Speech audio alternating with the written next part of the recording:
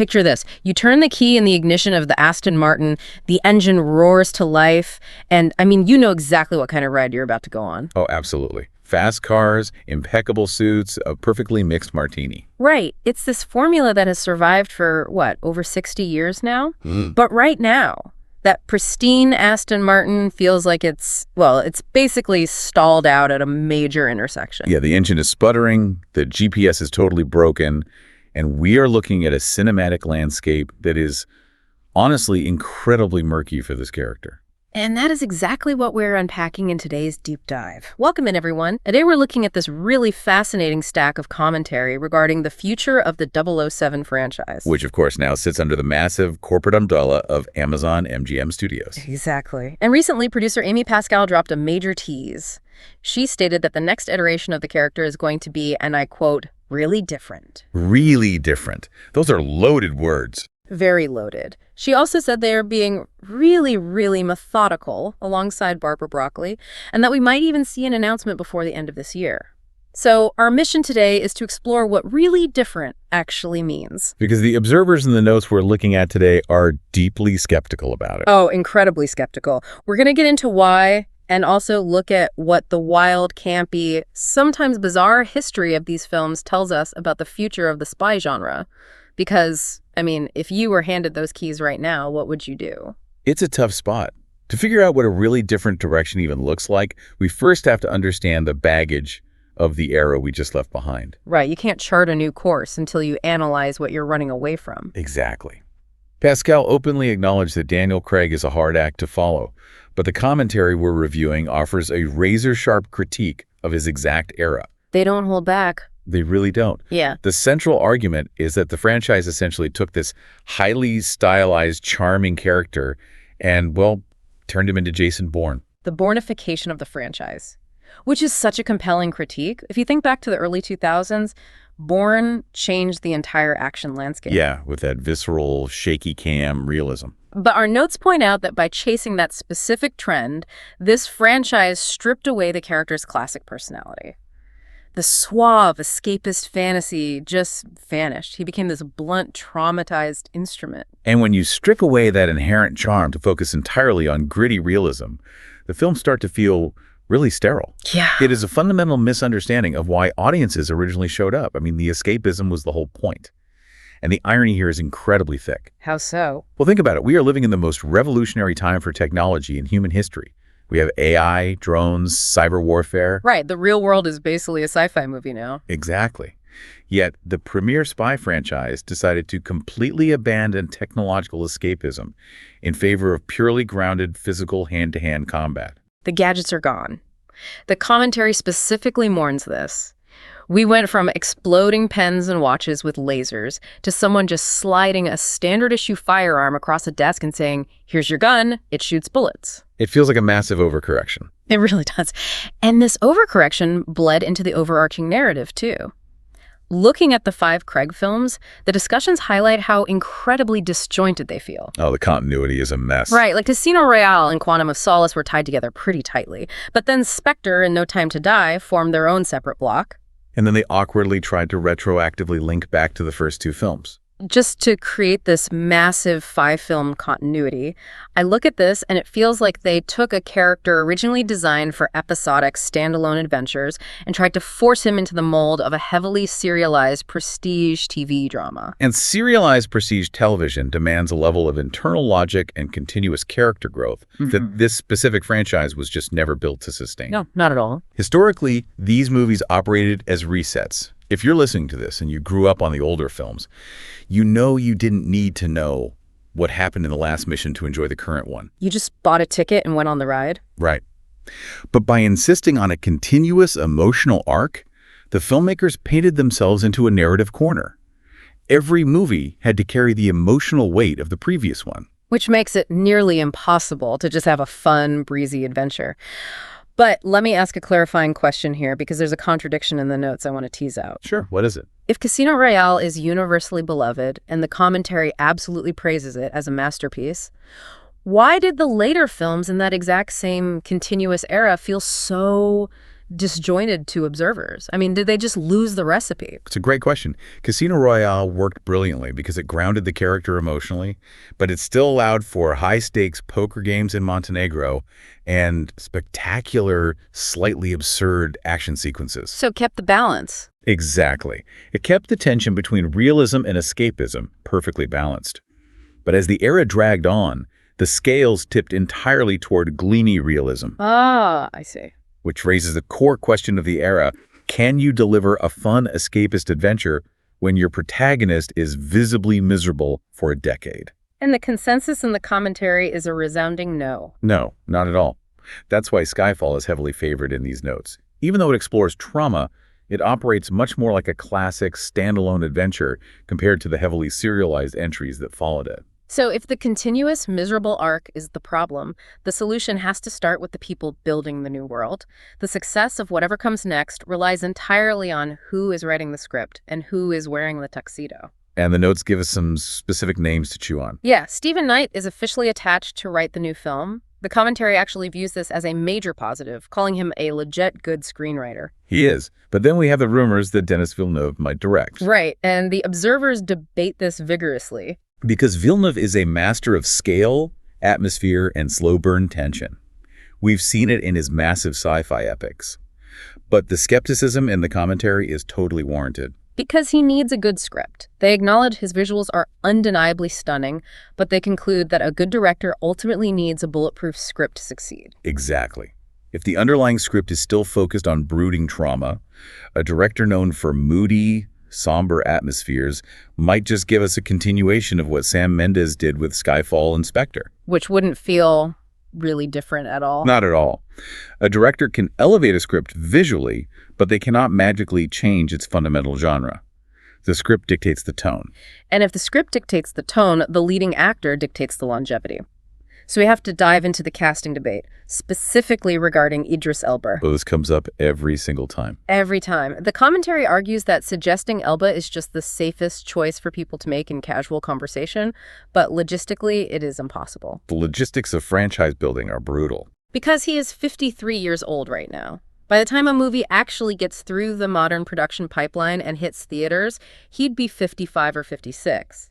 Age is the ultimate deciding factor here. When a studio casts a tentpole character like this today, they aren't casting for one movie. Right. The gaps between films are only getting longer. If you cast a 55-year-old, by the time the third movie rolls around, they're pushing 65. Which is wild for an action star. The physical demands of these shoots are immense, and relying heavily on CGI to hide an aging actor's physical limitations is exactly what turns audiences against a franchise. Yep. It's exactly like drafting a legendary retiring quarterback to start a brand new 10-year NFL rebuild. That is the perfect analogy. Sure, the fans love him, and he looks incredible in the uniform on day one, but the math just doesn't work. By season 3, his arm is gone, and you are right back to rebuilding. The corporate synergy requires a decade or two of commitment. The studio needs someone who can physically endure the production cycle while also anchoring the video games, the brand partnerships, and the marketing tours for the next 15 years. But wait, does the leading actor have to commit to a multi-decade run? If you are listening to this and feeling exhausted by massive cinematic universes, you might be wondering why they can't just do a one-off. It's a fair point. Are audiences just conditioned to expect long runs now? Could a one-and-done older actor, maybe even someone like Elba coming in for a single veteran agent storyline, actually be the exact, really different take they need? Creatively. Yeah. A one-and-done film featuring an older veteran agent completing one final mission would absolutely fulfill the promise of being really different. It'd be awesome. It would free the studio from the burden of serialization entirely. But you have to look at this from the corporate perspective.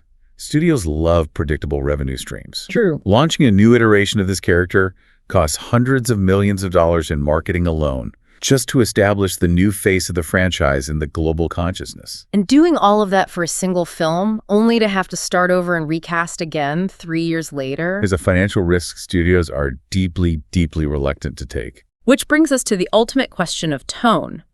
If casting a gritty, long-term, modern action star is causing this many logistical headaches, the commentary suggests looking backwards. Back to the older, wilder eras. Yes, it reveals what audiences actually crave when they say they want a fun movie. There's a massive pendulum effect in this franchise. The pendulum is basically the defining characteristic of the series. Whenever it swings too far into the dark, serious, grounded territory, the audience begins to actively crave the campy, over-the-top ridiculousness of the past. The notes highlight GoldenEye as the absolute perfect blueprint for modernizing the character. It handled the geopolitical shift at the end of the Cold War brilliantly, without losing the soul of the escapism. And here's a wild piece of trivia from the discussion director Martin Campbell directed GoldenEye. He directed Casino Royale. And bizarrely, he also directed the Ryan Reynolds Green Lantern movie. I know, right? But Campbell has a unique, almost surgical ability to reset this specific character. He really does. He understands how to balance the gravity of a new geopolitical era with the essential heightened elements of the mythos. He knows you need the bespoke suits and the gadgets just as much as you need the emotional stakes. But the commentary doesn't just stop at the critically acclaimed resets like GoldenEye. They take a deep dive into the love for the bad or campy movies. And I think this is where the psychology of the audience gets really fascinating. Oh, there is genuine affection in these notes for the eras that went totally off the rails. Moonraker is celebrated for its hilarious, unabashed injection of humor. I mean, they literally sent the character to space to capitalize on the Star Wars craze. Which is just incredible. And they unashamedly love A View to a Kill. It had that iconic Duran Duran theme song, Christopher Walken just chewing the scenery, Grace Jones. And the commentary highlights this famously absurd movie poster. Oh, right. Where a 56-year-old Roger Moore was heavily airbrushed and made to look about 3 inches taller while standing on the Golden Gate Bridge. The 1980s films represent the epitome of cinematic excess, but there is an enduring charm to them. Why do you think that is? You have to remember the cultural context. The Cold War was dragging on, the news was bleak, and audiences didn't want to go to the theater to see a depressing reflection of reality. They wanted a release valve. Exactly. The campiness functioned as a necessary tonal shift to keep a Cold War relic relevant and entertaining. It didn't take itself too seriously. Which is something modern audiences who are currently drowning in prestige drama occasionally desperately need. For sure. They even mentioned Never Say Never Again in the notes. Which was that unofficial film made by a rival studio just to finish out a Sean Connery contract. Though, bizarrely, the commentators only really remember it for Kim Basinger's sweaty armpits. To each their own memory, I suppose. But then we reach the absolute zenith of this discussion, Die Another Day. Oh boy. The notes describe it as a massive guilty pleasure. It's incredibly campy, it's goofy, it features what the commentary heavily derides as the absolute worst theme song ever produced, courtesy of Madonna. It's pretty rough. And, of course, it features the infamous, invisible Aston Martin. But despite all of that, they argue Pierce Brosnan's performance still makes it highly enjoyable. The invisible car is consistently the flashpoint in these retrospective discussions. It represents the breaking point of the audience's suspension of disbelief. Okay, I actually want to push back on the universal hatred for the invisible car. Oh, really? Yeah, if you're listening and you hate the invisible car, hear me out. If we, as an audience, happily accept exploding pens, watches that shoot lasers, and cars that turn into fully functional submarines, Right. Why do we draw a hard line in the sand at invisible cars? Right. Where's the exact line between a classic fun gadget and something that is just too ridiculous? Well, I think the line is drawn between mechanical reality and magical fantasy. Interesting. An exploding pen operates on a recognizable, albeit highly exaggerated, physical logic. We understand pens and we understand explosives. Combining them feels like clever, heightened, covert engineering. But an invisible car, especially one rendered with early 2000s computer graphics, crosses over from advanced engineering into outright science fiction. It shatters the illusion that this story is taking place in a world adjacent to our own. Okay, that makes sense. But to your broader point, the fact that fans are fondly looking back at the invisible car era tells us something vital. The Craig era was so heavy and emotionally taxing that fans are now nostalgic for the exact absurdity that almost killed the franchise 20 years ago. Wow.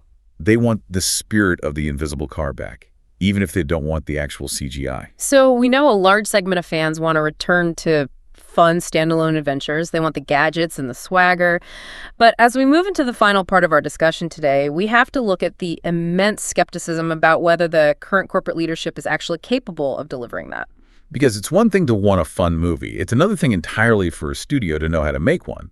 Exactly. The corporate reality is the invisible hand guiding all of these creative decisions. And right now, that hand belongs to Amazon MGM Studios, a massive tech conglomerate. The franchise is entirely under their umbrella now. And the commentary expresses deep pessimism about producer Amy Pascal's involvement. And to be clear, we're looking strictly at the commentary's arguments here impartially, without taking sides. Right, just reporting what the notes say. They specifically point to her track record. They mention her creative involvement in Ghostbusters 2016, which was, highly polarizing. Very. They also bring up her resignation following the leaked Sony emails, where she was caught awkwardly discussing pitching movies about slavery to President Obama. The notes use this history to question her creative judgment and her ability to navigate culturally sensitive legacy properties. The commentary uses those events to build a case that the current leadership might be fundamentally out of touch with the specific tonal requirements of legacy IP. But that skepticism extends far beyond just one producer. It really does. It is a systemic fear regarding how Amazon handles its acquisitions as a whole. Yes. There is equal, if not greater, pessimism directed at Amazon's overall management. The notes point out two massive recent failures under their watch that have fans incredibly nervous. The Stargate and Conan situation. Exactly. First, Amazon reportedly canceled a Stargate remake despite having a full cast ready to go. The commentary claims it was scrapped because executives deemed it too family-oriented or norm-oriented. Which is wild. And then shortly after, they canceled a Conan the Barbarian series because the deep, blood-soaked lore of the character was considered too problematic for them to navigate safely. Connect those dots, and you can see exactly why the fan base is terrified. If a studio is too timid to navigate the lore of Conan, or if they pivot away from a fully cast Stargate project over vague tonal concerns, how are they going to handle a 1960s spy? Right. This is a character who is, by definition, a walking collection of problematic, outdated tropes. He is inherently transgressive. It's like a wealthy museum curator who spends hundreds of millions of dollars to acquire this maverick, dangerous, highly controversial piece of modern art. But once they own it, they are too terrified of the public backlash to actually hang it on the wall, so they just lock it in the basement. That is exactly the fear highlighted in the commentary. When Pascal says the new film will be really different, observers fear she doesn't mean a creative, fun throwback to the swinging 60s. They think really different is just corporate code. Yes. Code for a sanitized, heavily focused group product. A movie that strips away the character's edge, his flaws, and his danger, purely to avoid offending anyone on social media. Which leads me to ask the biggest question of all. Is it even possible for a massive, risk-averse tech conglomerate to manage a legacy character who is fundamentally designed to be a blunt, edgy instrument? Can a character born in the analog age of the Cold War survive the sterile algorithms of modern commerce? It is the defining question for modern Hollywood. A tech conglomerate thrives on data, focus groups, algorithms, and minimizing risk at all costs. And this character thrives on danger, excess, and a certain level of cultural transgression. Reconciling those two forces is incredibly difficult. It requires executives who are willing to let the character be messy and slightly offensive, which goes against every instinct a modern corporate board has. So what does this all mean for you, the listener? Let's bring this deep dive full circle. The franchise is quite literally trapped at a crossroads. It really is. On one side, you have the hangover of the grounded, ultra-serious, heavily serialized Daniel Craig era. On the other side, you have a nostalgic audience actively craving the gadgets, the camp, and the sheer fun of the 90s blueprint. And standing right in the middle, holding the keys to the Aston Martin, is a corporate studio system that seems terrified of taking a genuine, uncalculated risk. It is a delicate balancing act. They have to honor the past while justifying the character's existence in the future. Whether you are just a casual fan who shows up for the explosive action sequences or a die-hard lore nerd who knows the names of all the stunt doubles from 1974, the survival of the 60-year-old pop culture pillar is an incredible case study. It's about how our myths adapt when the world around them completely changes. Exactly. Adaptability has always been the key to this franchise's survival. From Sean Connery to Pierce Brosnan, the character survived by reflecting the anxieties and fantasies of the specific decade he was operating in. Always unwitting to the times. Which leaves me with one final thought, something for you to mull over that wasn't strictly in the notes today. If this character's original purpose was to be a blunt, physical instrument of the Cold War, and every era since the 90s has been desperately trying to justify his physical existence in the modern world, Yeah. well, maybe the most really different thing the studio could do isn't changing the character's personality at all. Maybe it's changing the very nature of what a spy movie looks like. Oh, you mean like a complete paradigm shift in the genre itself? Exactly. Think about it. In an era where our biggest global threats aren't sitting in hollowed-out volcanoes stroking white cats, but are entirely digital. Hidden on server farms, executed through malware. Right. Manipulated by algorithms. How does a guy with a tailored suit and a pistol even fit in? The world changed from analog to digital. It's a completely different battlefield. It is. So the real question is, when Amazon MGM finally turns the key in the ignition of that Aston Martin, is the engine going to roar back to life with a story we've never seen before, or is it just going to stall out in the driveway, too afraid to merge into modern traffic?